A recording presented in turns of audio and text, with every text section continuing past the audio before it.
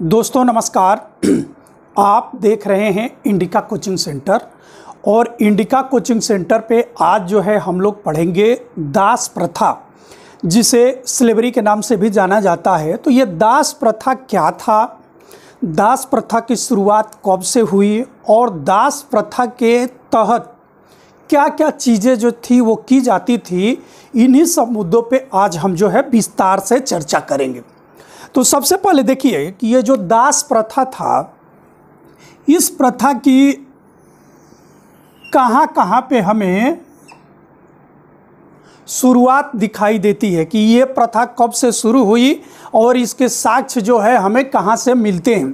ठीक, तो जब हम ऐतिहासिक दृष्टि से इसको देखने का प्रयास करते हैं कि भारत में जो है दास प्रथा की शुरुआत कब से होती है, तो हम चलते हैं सबसे पहले सैंधव घाटी सभ्यता में। कहाँ पे? सैंधव घाटी सभ्यता। सैंधव घाटी में,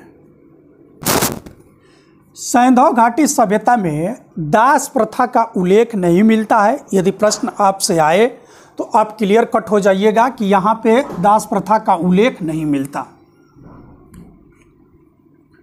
नहीं मिलता। ठीक, अब चलिए सैंधव घाटी सभ्यता के बाद हम चलते हैं वैदिक काल में। वैदिक काल में जब आएंगे तो वैदिक काल में जो है दास प्रथा का उल्लेख मिलता है। ठीक, और इसमें 10 और दस्यु शब्द का उल्लेख मिलता है। ठीक है ना। तो वैदिक काल, वैदिक काल में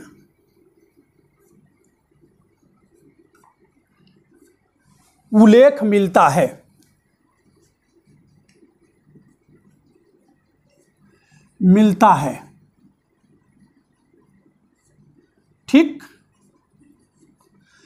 किस रूप में मिलता है? तो 10 और दस्यु, 10 रूप में इसका उल्लेख जो है वैदिक काल में मिलता है। वैदिक काल में ही जब वेदों के बाद आते हैं तैत्तरीय उपनिषद में, तो तैत्तरीय उपनिषद में जो है दास शब्द का उल्लेख मिलता है। तैत्तरीय उपनिषद,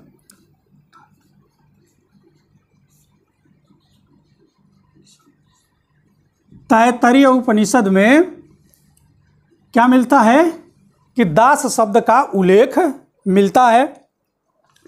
तो आप ये देख लीजिए कि वैदिक साहित्य में कहाँ कहाँ जो है दासों का उल्लेख मिल रहा है। और यहाँ पे जो जैसे वैदिक काल में देखेंगे तो दासों का जो है ये एक दूसरे से विनिमय होता था, यानी क्रय विक्रय होता था। एक दास दूसरे को और दूसरे को दास तीसरे को, ये क्रय विक्रय की प्रक्रिया यहाँ पे चलती थी। अब हम आते हैं वैदिक काल के बाद। जब वैदिक काल के बाद आप आते हैं मौर्य काल में, तो मौर्य काल में आप देखेंगे, मौर्य काल में है क्या कि अर्थशास्त्र, जैसे जो चाणक्य की पुस्तक है अर्थशास्त्र, अर्थशास्त्र में जो है किसका उल्लेख मिलता है? दासों का उल्लेख मिलता है। अर्थशास्त्र में, अर्थशास्त्र में दास का उल्लेख मिलता है। और कितने प्रकार के दासों का उल्लेख मिलता है? तो ये 9 प्रकार के दासों का उल्लेख मिलता है। 9 प्रकार के दास का उल्लेख मिलता है। आपसे प्रश्न पूछा गया है कि अर्थशास्त्र में कितने प्रकार के दासों का उल्लेख मिलता है? 9 प्रकार के दासों का उल्लेख मिलता है। अब आगे जब बढ़ते हैं तो ये है मनुस्मृति। मनुस्मृति, मनुस्मृति में 7 प्रकार के दासों का उल्लेख मिलता है। कितने प्रकार के? 7 प्रकार के दासों का उल्लेख मिलता है।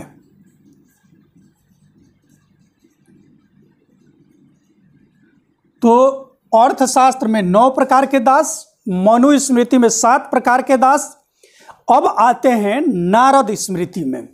नारद स्मृति में, नारद स्मृति, इसमें जो है 15 प्रकार के दासों का उल्लेख मिलता है।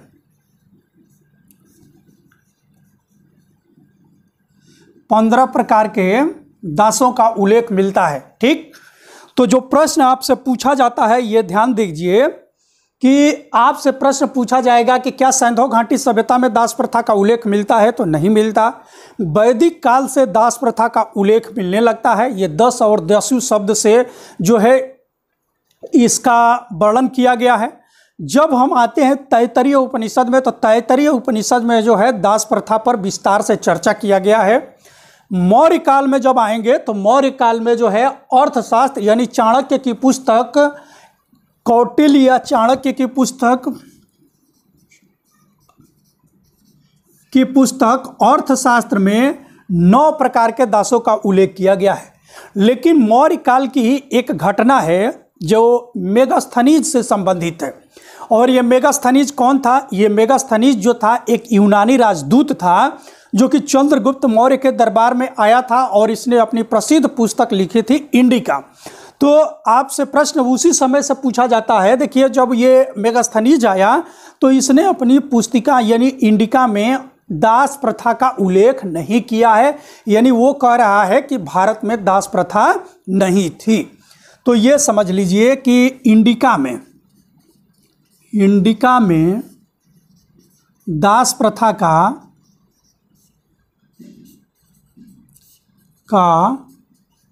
उल्लेख नहीं मिलता।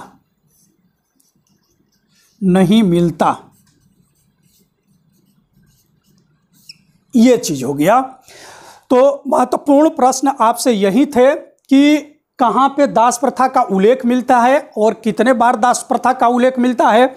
अब देखिए, जब आगे चलेंगे तो जैसे आगे बढ़ेंगे तो यहाँ पे क्या है कि चोल काल में भी बड़े पैमाने पर दास और दासियों का उल्लेख मिलता है। कहाँ पे? चोल काल में किसका उल्लेख मिलता है? दास एवं दासियों का। ये दास और दासियां जो है कहाँ पे प्रयोग की जाती थी? तो दासियों का ज़्यादातर प्रयोग किया जाता था मंदिरों में। ठीक है ना, ये मंदिरों में जो है भजन कीर्तन के समय नृत्य गान किया करती थी। तो चोल काल में भी दास एवं दासियों का उल्लेख मिलता है। अब चलिए विजयनगर में जब चलते हैं तो यहाँ पर भी विजयनगर में जब मध्यकाल में आएंगे तो विजयनगर, यहाँ पर भी एक इटली का यात्री है निकोलो कोंटी। तो निकोलो कोंटी कहता है कि यहाँ से बड़े पैमाने पर दासों का क्या होता था कि निर्यात होता था। कहाँ पे निर्यात होता था?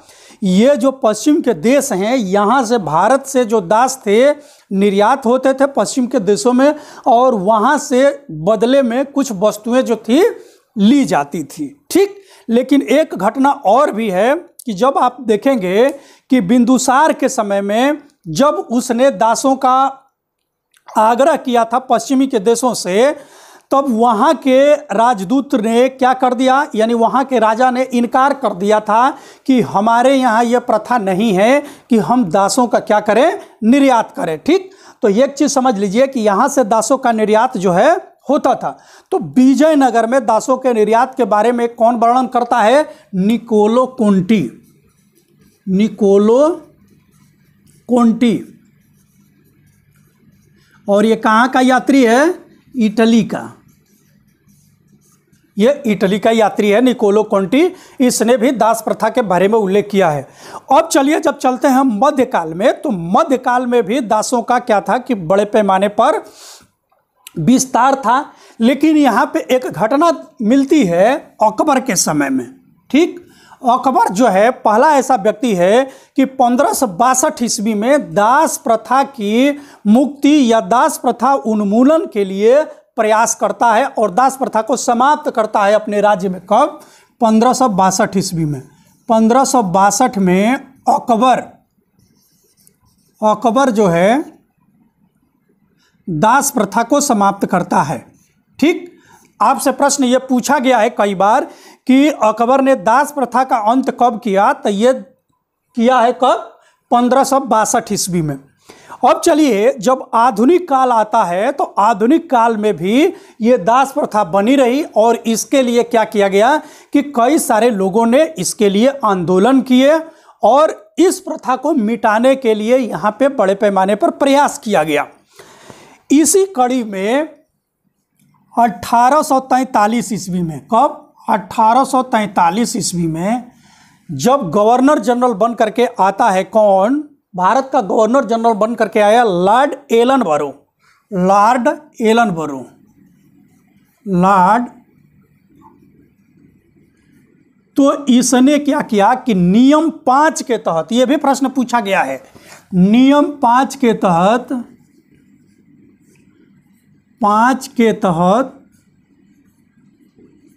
दास प्रथा का उन्मूलन कर दिया, यानी दास प्रथा को समाप्त कर दिया। ठीक, के तहत समाप्त किया। आपसे यह भी प्रश्न पूछा जाएगा कि आधुनिक काल में दास प्रथा का समापन करने या अंत करने का श्रेय किसको जाता है? तो यह जाता है लॉर्ड एलनबरो को। ठीक, और इसने कब किया दास प्रथा का अंत? तो यह किया 1843 ईस्वी में। किस नियम के तहत? नियम 5 के तहत। ठीक, तो अकबर जो है दास प्रथा को समाप्त करता है कब? 1562 ईस्वी में। आधुनिक काल में दास प्रथा को समाप्त करने का श्रेय जाता है लॉर्ड एलनबरो को, कब? 1843 ईस्वी में। और दासों के बारे में जो प्रथम उल्लेख मिलता है ये वैदिक साहित्य में मिलता है।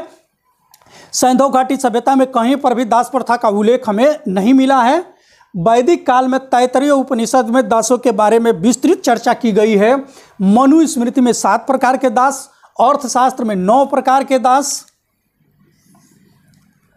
एवं नारद स्मृति में 15 प्रकार के दासों का उल्लेख किया गया है। ठीक, तो ये चीजें जो थी, ये दासों से संबंधित जो थी इंडियन कॉन्स्टेंट में थी कि भारत के परिप्रेक्ष्य में जो है दास प्रथा कैसी थी, ये सब चीज़ें जो है आपने समझ लिया। अब हम चलते हैं कि वर्ल्ड के स्तर पर, यानी विश्व के स्तर पर जो थी दास प्रथा कैसी थी और वहाँ दासों के साथ कैसा व्यवहार किया जाता था, किनको दास कहा जाता था, ये चीज़ें जो थे थोड़ा सा हम समझ लेते हैं। देखिए, जो ये दास हुआ करते थे, तो दास जो थे कि कई प्रकार के थे। एक तो होता था कि स्वामी दास दास होता था। अब दासों के कई जो प्रकार हैं, इसको जो है हम अलग अलग बता देंगे कि कौन कौन से दास है। जैसे कि मान लीजिए कि कोई व्यक्ति है और कोई दास बन गया। ठीक, किसी को कर्ज नहीं चुका रहा है और ये दास बन गया। अब जब ये दास बना तो इसकी आने वाली पीढ़ी भी क्या हो गई कि इसके यहाँ इस दास को बच्चा पैदा हुआ तो वह भी दास हो गया। तो स्वामी दास के रूप में कौन से आया, उदर दास के रूप में कौन से आया, ये तमाम तरह के दास हैं। इसीलिए इनके अलग अलग जो हैं दासों के प्रकार बताए गए हैं। और ये दास जो थे, इन पे क्या था या कि इनके स्वामियों का पूर्ण अधिकार था। पूर्ण अधिकार का मतलब ये था कि ये स्वामी जिस तरह से चाहें इनका यूज वो कर सकते थे, यहाँ तक कि उनकी इच्छा से ही इनका जीवन जो था कि जीवित था। यदि वो चाहते कि इनको मार देना है तो वो मार देने के लिए भी स्वतंत्र थे। ठीक, तो दासों के साथ जो था, जितने भी हमने दास देखे उनके साथ बड़े पैमाने पर अमानवीय व्यवहार किया गया है। और यहाँ तक ये देखा गया कि जो दासों के साथ जो क्रियाएं होती थी, जैसे उनको अधिकांश रूप में कृषि कार्यों में लगाया जाता था। अब ये देखिए कि पहले वैदिक काल में, देखिए एक प्रश्न ये भी पूछा जाता है कि वैदिक काल में दासों से कृषि नहीं करवाया जाता था। यहाँ पे कृषि नहीं करते थे, ये कृषि नहीं करते थे। कहाँ पे? वैदिक काल में। लेकिन जब मौर्य काल में आएंगे तो मौर्य काल में अर्थशास्त्र में ही इस बात का वर्णन किया गया है कि दासों को कृषि कार्य में भी क्या किया जाने लगा? सम्मिलित किया जाने लगा। तो किसमें? अर्थशास्त्र में। इसमें जो है कृषि कार्य में संलग्न किया गया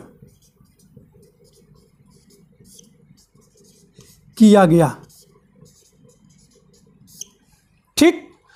तो आपसे यह भी प्रश्न पूछा जाएगा कि दास प्रथा को, यानी दासों को कृषि कार्य में कब लाया गया?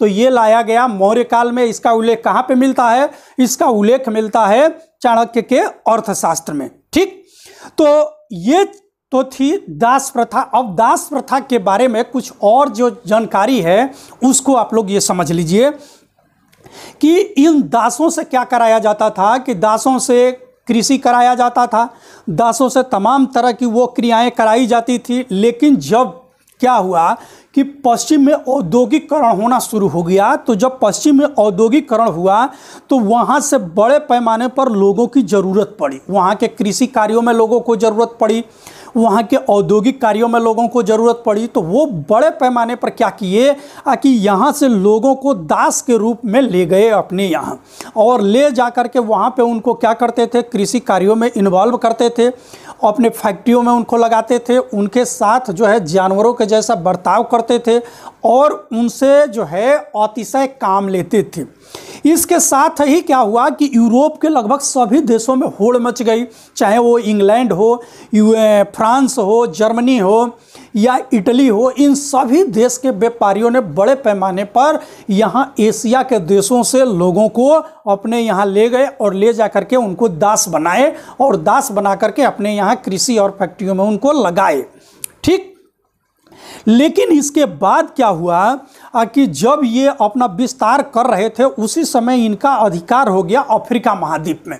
और जब अफ्रीका महाद्वीप में इनका अधिकार हुआ तो यहाँ से इन्होंने बड़े पैमाने पर हबशी दासों को क्या किया कि अपने यहाँ आयात करना शुरू कर दिया।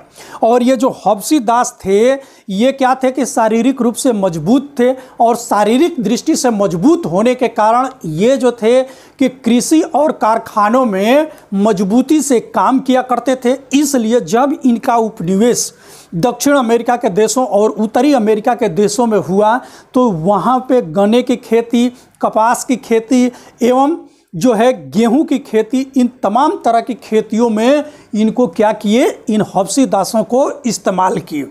और यहाँ तक स्थिति ये हो गई कि एक बार घटना है कि यूरोप में यूनान ऐसा देश था कि वहाँ की जो सामान्य नागरिक थे उनसे भी संख्या ज़्यादा हो गई थी, किसकी, दासों की संख्या हो गई थी। ठीक, अब देखिए कि जब ये अमेरिका कॉन्टिनेंट में यानी उत्तरी अमेरिका और दक्षिणी अमेरिका में यहाँ पे जब दासों का बड़े पैमाने पर जब इस्तेमाल होने लगा, अब ऐसी ही स्थिति आई थी अमेरिका में। संयुक्त राज्य अमेरिका में एक स्थिति ऐसी उत्पन्न हुई कि यहाँ पे क्या हुआ कि दासों के विषय को लेकर के अब्राहम लिंकन के समय में ऐसा हुआ कि अमेरिका जो है दो भागों में बंट जाएगा, उत्तरी अमेरिका एवं दक्षिणी अमेरिका में बंट जाएगा। विवाद इतना हो गया, लेकिन अब्राहम लिंकन ने कहा था कि हमें यदि दास प्रथा को समाप्त करने के लिए संपूर्ण अमेरिका को भी दांव पर लगाना हो तब भी हम दास प्रथा को समाप्त करेंगे। और उन्होंने गृह युद्ध के बावजूद भी दास प्रथा को क्या किया, समाप्त किया। ठीक, तो इस प्रकार से पूरे विश्व से क्या हुआ कि धीरे धीरे दास प्रथा को क्या कर दिया गया, समाप्त कर दिया गया। और भारत में जो है दास प्रथा को समाप्त करने का श्रेय जाता है किसको, लॉर्ड एलन बरो को आधुनिक काल में। ठीक, तो इस प्रकार से दास प्रथा से संबंधित जितनी भी महत्वपूर्ण जानकारी थी मैंने आप लोगों को एक एक करके क्लियर कराने का प्रयास किया। आशा है आप लोगों को ये वीडियो अच्छी लगी हो। यदि ये वीडियो अच्छी लगी हो तो चैनल को लाइक कर दीजिएगा, नए हो चैनल पे तो सब्सक्राइब कर लीजिएगा, और वीडियो अच्छी लग रही हो तो इसे शेयर भी करिएगा, जिससे कि इस तरह की और वीडियो हम समय समय पर आप लोगों के लिए लाते रहें। धन्यवाद।